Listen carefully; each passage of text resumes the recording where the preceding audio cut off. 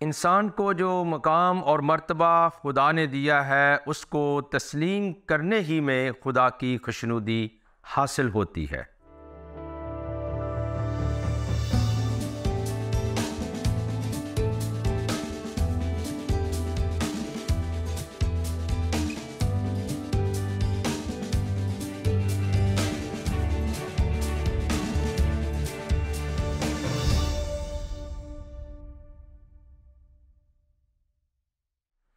Programme दोस्ती का हाथ भाई सदीक के साथ मैं हूं आपका मेज़बान पास्टर सदीक पॉल।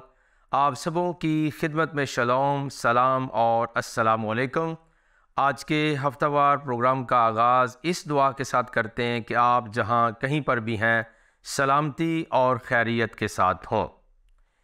अज़ीज़ दोस्तों, बहनों, भाइयों और मुख्तलिफ़ मकातबे फ़िक्र से तल्लक़ रखने वाले तालिब इल्मों, अच्छे इंसानों और दूसरे इंसानों की इज़्ज़त करने वाले बिलखसूस जो बंदगाने खुदा हैं,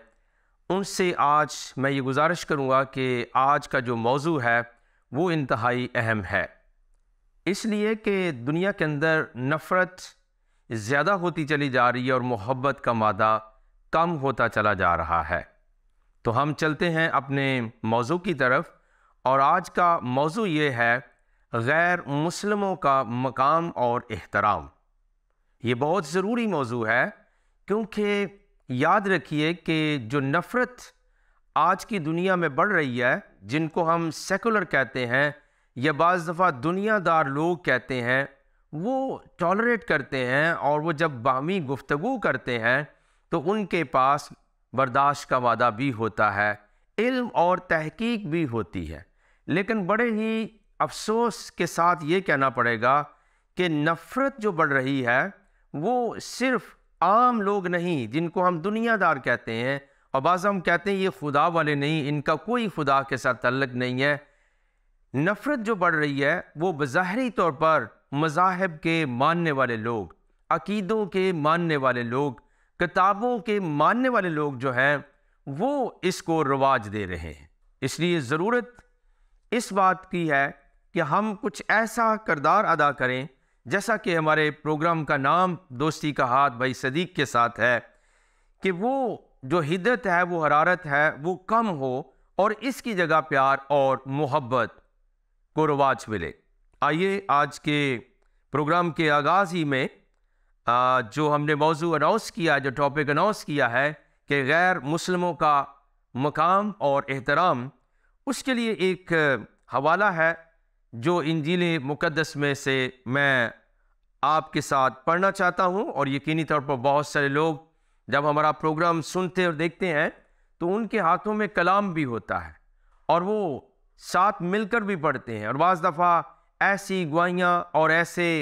कमेंट्स हमें मिलते हैं कि उनको यकीनी तौर पर खुदा के कलाम ने बरकत दी है। तो इस वक्त जो हवाला मैं आपके साथ शेयर करना चाह रहा हूँ, यूहन्ना का पहला आम ख़त और उसका दूसरा बाब और उसकी आयत नंबर 7 से। कलाम मुक़द्दस में यूं मरकूम है, ए अजीज़ो, मैं तुम्हें कोई नया हुक्म नहीं लिखता, बल्कि वही पुराना हुक्म जो शुरू से तुम्हें मिला है, ये पुराना हुक्म वही कलाम है जो तुमने सुना है। फिर तुम्हें एक नया हुक्म लिखता हूँ, और ये बात उस पर और तुम पर सादिक आती है, क्योंकि तारीकी मिटती जाती है और हकीकी नूर चमकना शुरू हो गया है। जो कोई ये कहता है कि मैं नूर में हूँ, ये ख़ास तौर पे है, जो कोई ये कहता है कि मैं नूर में हूँ और अपने भाई से अदावत रखा है,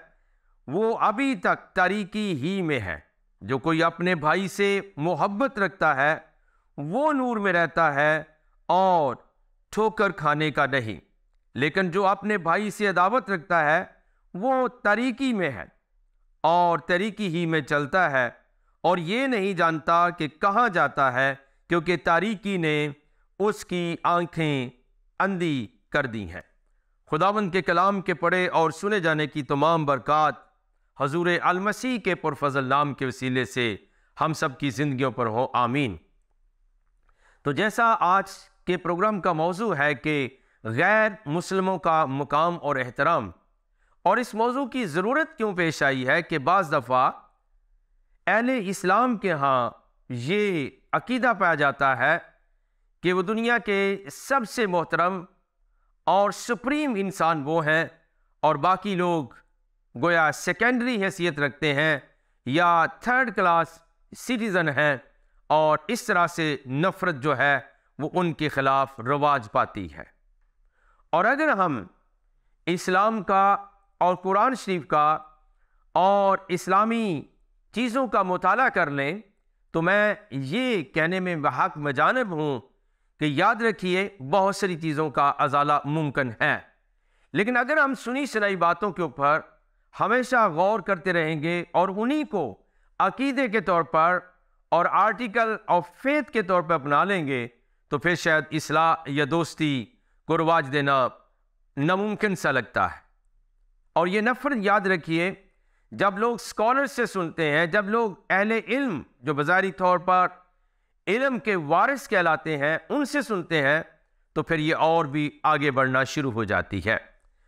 तो कलाम मुक़द्दस की जो बात आपने मेरा ईमान बगौर सुनी है कि जो कोई ये कहता है कि मैं नूर में हूँ और अपने भाई से अदावत रखता है वो अभी तक तरीकी ही में है। अपने भाई से क्या मुराद है? अगर हम जद्दुल अंबिया जनाबे अबुल अंबिया हज़रत आदम अलैहिस्सलाम की तरफ वापस लौट कर जाते हैं, जो कि 3 इल्हामी कलामी मज़ाहिब का दावा भी है, आलम मसीहत का, आलम इस्लाम का, आलम यहूदियत का, कि खुदा ने हज़रत आदम अलैहिस्सलाम को पैदा किया और नस्ल इंसानी का इजरा होता है। तो याद रखिए हम एक आदम की औलाद हैं और इसका इजहार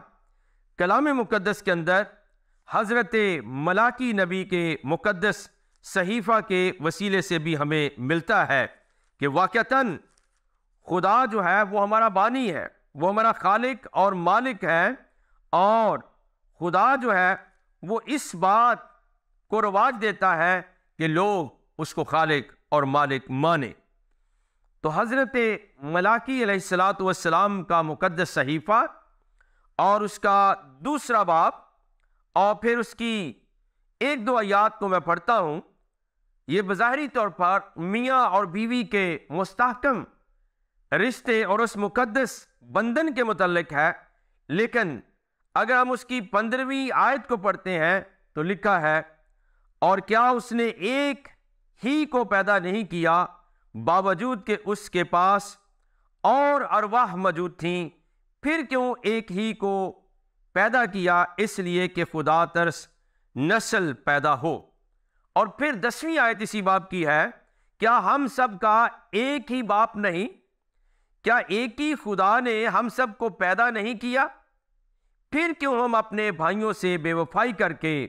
अपने बाप दादा के अहद की बेहुरमती करते हैं? अब खुलासा कलाम का ये है कि जब हम ये अकीदा अपना लें कि मैं तो खुदा के हाथ से बना हूँ, खुदा की तख्लीक हूँ, खुदा का शाहकार हूँ, और बाकी इंसानों को मैं रद्द कर दूँ कि वो इस दर्जा के ऊपर फाइज नहीं है, ये इंसानों की तौहीन नहीं है। प्यारे अजीज़ों, ये जिंदा खालिक और मालिक हय्युल क़य्यूम खुदा जो अहसनुल खालिकीन है, बज़ारी तौर पर उसकी तौहीन है, क्योंकि हम यकसर उसकी तख्लीक का इनकार कर रहे हैं, और उसकी तख्लीक का इनकार ही उसके खालिक होने का भी इनकार है। गोया हम उसकी पावर पर, उसकी आलमगीर मोहब्बत पर और आलमगीर और यूनिवर्सल और आफाकी खुदा होने पर कदगन लगाते हैं। मेरे प्यारे अजीज़ों, नाज़रीन, बहनों, भाइयों, दोस्तों, अजीज़ों, दिल से ये बातें मैं आपके साथ शेयर कर रहा हूँ कि इन बातों को रवाज देते जाएंगे तो इस खूबसूरत दुनिया के अंदर शायद नफरत करने वाले लोग ज़्यादा होते चले जाएंगे, क्योंकि कहीं ना कहीं इसको कट ऑफ करना पड़ेगा, इस कर्ज को रोकना पड़ेगा, और इसकी जगह पर इलाही तरस, मोहब्बत, रहम और खुदा की मोहब्बत को और उसके खालिक होने की वजह से एक दूसरे के साथ हमें प्यार और मोहब्बत करनी पड़ेगी, एहतराम देना पड़ेगा। तो मैं अर्ज कर रहा था कि बाज़ मुआशरों के अंदर, और बिलखसूस ये मैं सच्चे दिल के साथ कहता हूं, अहले इस्लाम के यहाँ मेरे मुसलमान बहन भाइयों के यहाँ ये ज़्यादा बात पाई जाती है कि वो दूसरे लोगों को समझते हैं, बहुतों को समझते हैं ये काफिर हैं, बहुतों कहते हैं ये नापाक हैं, बहुतों कहते हैं ये जन्नत में नहीं जाएंगे, और बहुतों के मतलब अकीदा है कि शायद ये अच्छे इंसान भी नहीं, हम सब कुछ है। तो खुदावंद का कलाम बताता है कि जो हमने यूहन्ना के खत में पढ़ा है कि जो अपने भाई से अदावत रखता है वो नूर में नहीं है, वो हदायत पर नहीं है, उसके पास सिराते मुस्तकीम नहीं है, वो खुदा की बख्शिश को कैसे हासिल कर सकता है? मेरा क्या हक बनता है कि मैं अपने जैसे इंसान को, खा उसका किसी भी रंग, मजहब और नस्ल और अकीदे के साथ ताल्लुक हो, मैं कैसे नफरत कर सकता हूं? नो, मैं खुद किसी का मरहून मिन्नत हूं, खुद किसी का एहसानमंद हूं कि उसने इस आलमे हस्सोबूद के अंदर मुझे भेजा है, और उसी खालिक ने, जैसे हजरत मलाकी की मार्फत कलाम है कि क्या हम सबको एक ही ने पैदा नहीं किया? प्यारे अजीजों, हम एक आदम, एक असल से उसकी नस्ल है, और हम सब आपस में बहन भाई हैं। अगर हम दिलों को वुसअत दे लें, याद रखिए, आपने अक्सर एक पंजाबी कवाली सुनी होगी, उथे अमला दे होने ने नतारे, किसी ने तेरी जात पूछनी। यानी कोई आपकी जात, आपका ऊंचापन नहीं पूछेगा, लेकिन आपका जो अच्छा कदम है, अच्छा अमल है, जो अकदाम आपने उठाए हैं, उनकी बाबत बात होगी। और इसके ऊपर इंजील मुकद्दस की शहादत मौजूद है कि हर बुरी और भली बात जो है खुदा के तख्ते अदालत के सामने खोल दी जाएगी। तो प्यारे अजीजों, गैर मुस्लिमों का मकाम और एहतराम, हो सकता है ये बात जो पचीदा लोग हैं, जो बहुत ही रिजिड लोग हैं, और जो शायद अपने आप को सबसे बड़ा समझते हैं, उनकी अक्लों से और उनकी समातों से ये मौजूद टकराएगा, क्योंकि वो एहतराम के लायक अपने आप को समझते हैं। ये फकीहाना और फरीसाना सोच है जिसके खिलाफ दाये हक हजरत खुदावंद यस्सु अल मसीह ने आलम को बुलंद किया था, और आपको कई मौकों के ऊपर यहूदी मुफ्तियों, उलमा, फकी और फरीसियों की तनकीद का, बल्कि परसिक्यूशन का, एज़ारिसारी का और उनकी तंग नजरी का सामना करना पड़ा। और एक ऐसी शख्सियत जिसका दुनिया के अंदर कोई गुनाह नहीं था, जिसने ना जुल्म को रवाज दिया और ना ही किसी का कुछ छीना, बल्कि अपने मारने वालों को भी उसने दुआ दी। ऐसी बड़ी रहमत वो इस दुनिया के अंदर बनकर आए। उनके साथ क्या हुआ ये आप जानते हैं। इसलिए मैं गुजारिश कर रहा हूं कि गैर मुस्लिमों का मकाम और एहतराम, ये मौजू शायद बहुत सारे लोग जो हैं, जो कि अपने खौल के अंदर रहते हैं, अपनी दुनिया के अंदर बसेरा करते हैं और दूसरों को लायके सद एहतराम नहीं समझते, एक तरह से उनकी समातों से टकराएगा भी। लेकिन मैं ईमान रखता हूं कि जो सच्चाई है वो अपने अंदर कुव्वत और कुदरत रखती है, और बहुतों के ज़हन खुल जाएंगे कि ऐसा मुमकिन नहीं है। मैं आपको थोड़ा सा इस्लामी दुनिया की तरफ लेकर जाना चाहता हूं कि जब ये ख्याल और सोच बहुत सारे मजहबी तंग नज़र दोस्तों ने पैदा करने की कोशिश की है, और मैंने बहुत सारी तकारीर सुनी है, बड़े बड़े नाम हैं उलमा के जिनकी तंग नज़री जो है, नाम बड़े बड़े हैं, अलकाबात, टाइटल्स बड़े बड़े हैं, लेकिन तंग नज़री जो है वो नज़र कैसी तंग है, दिल कैसा तंग है, बिल्कुल इतना सा। और मुझे अफसोस हुआ कि वो लोगों को लानत, फटकार और गाली गलोच और फिर बुरा कहना और तनकीद करना अपना हक समझते हैं। आइए ज़रा हम आलम इस्लाम की दुनिया में चलते हैं और वहाँ से भी कुछ बातें मैं एक इक्तसाब आपके साथ शेयर कर रहा हूँ कि इस्लामी रियासत का तस्वर क्या है। वह जहाँ इस्लाम की गवर्नमेंट होगी वहाँ सारे मुसलमान तो नहीं होंगे, और ऐसा कभी नहीं हुआ है कि पूरी दुनिया में एक ही अकीदा आबाद है। ये उसके खालिक होने का निशान है कि तुम लाख नफरत करो, लाख मिटाने की, मारने की, सजा देने की कोशिश करो, लेकिन खालिक ने दुनिया को ऐसा ही बनाया है कि मुख्तलिफ अकीदों, नज़रियात, रंगो नस्ल के इंसान आपको हर मुल्क के अंदर नजर आएंगे। लेकिन इस्लामी रियासत में जो कि निचोड़ है। कुरान और इस्लाम की तालीमात का खुलासा बयान कर रहा हूं। आपको ऐसे फतवाजात बेशुमार मिलेंगे, और मैंने पहले अर्ज कर रही है कि बाज ऐसे तंग नजर हैं जिनकी सवातों से यह मौजू टकराएगा कि नहीं जी, मुसलमान तो उनका मकाम और एहतराम है, मगर गैर मुसलमानों का मकाम और एहतराम क्या है। ये बड़े दुख की बात है। ये इंटेलेक्चुअल जो है वो नेग्लिजेंस है, ये इंटेलेक्चुअल जो है वो डिसऑनेस्टी है, गुर्बत है उस बड़े आलमाना अंदाज की और उस मकाम की जिसके वसीले से उस लबादा को ओढ़कर हम दुनिया को तंग नजरी का पैगाम देते हैं। लेकिन इस्लामी रियासत में गैर मुस्लिम जो कि मुसलमान नहीं है, और ज़रूरी नहीं है कि पूरी दुनिया मुसलमान हो, और ज़रूरी ये नहीं कि आप किसी को नजरिया जबरो कदर के तहत और तशद्दुद करके और अपनी ढाक उस पर बैठा के उसको मुसलमान करें। सुनिए गौर के साथ कि इस्लामी रियासत में गैर मुस्लिम शहरियों को भी वही हकूक हासिल हैं जो मुसलमानों को हासिल हैं। ये मैं आपके साथ इक्तिसाब शेयर कर रहा हूं। ये सोच है और ये माखज़ बनता है, ये बुनियाद बनती है कि अगर इस्लाम आलमगीर मजहब है। आपको पता है मैं मोहब्बत करने वाला इंसान हूं, इसलिए मैं बसात एहतराम 3 बार अपने प्रोग्राम के अंदर मुख्तलिफ ग्रीटिंग के साथ आपको विश करता हूं, अस्सलामु अलैकुम भी बोलता हूं, कोई मुज़ायका नहीं, सलाम भी, शलोम भी और दुआए खैर भी हमेशा करता हूं। और मुझे बहुत मोहब्बत है किन के साथ? तमाम लोगों के साथ। अगर मेरे साथ कोई मुसलमान बहन भाई बैठेगा, बहुत और बेपनाह एहतराम मेरे दिल के अंदर मौजूद है। अगर हिंदू बहन भाई बैठ जाएंगे, आई लव देम। अगर सिख बहन भाई बैठेंगे, आई लव देम। अगर मसीही यहूदी, क्योंकि हम एक ही असल से आगे बढ़े हैं और एक ही खुदा ने हमें पैदा किया है और एक ही मकाम और उस मरकज से हमारी तारीख आगे बढ़ी है। अच्छा, सोच और फिक्र क्या है? और बहुत से लोग इसको रवाज भी देने की कोशिश करते हैं, लेकिन उनकी भी कम लोग सुनते हैं कि इस्लामी रियासत में गैर मुस्लिम शहरियों को भी वही हकूक हासिल हैं जो मुसलमानों को हासिल। उन हकूक में से पहला हक जो इस्लामी हुकूमत और इस्लामी मुआशरे की तरफ से उन्हें हासिल है, वो पता क्या है? वो हक के हफाजत है, उनकी प्रोटेक्शन है,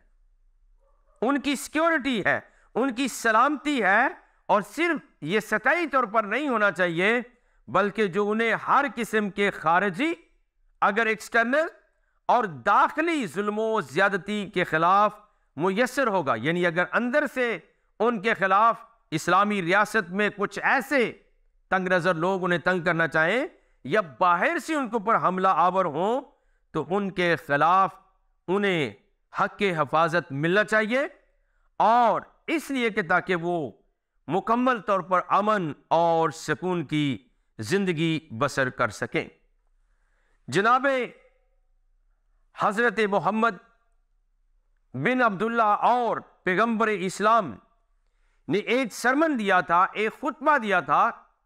और जिसे उनका लास्ट सरमन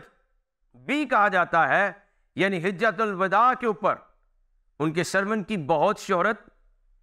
मेरे प्यारे मुसलमान बहन भाई करते हैं। लेकिन काश उस खुतबा के ऊपर कभी गौर कर लिया जाए, उस खुतबा के ऊपर कभी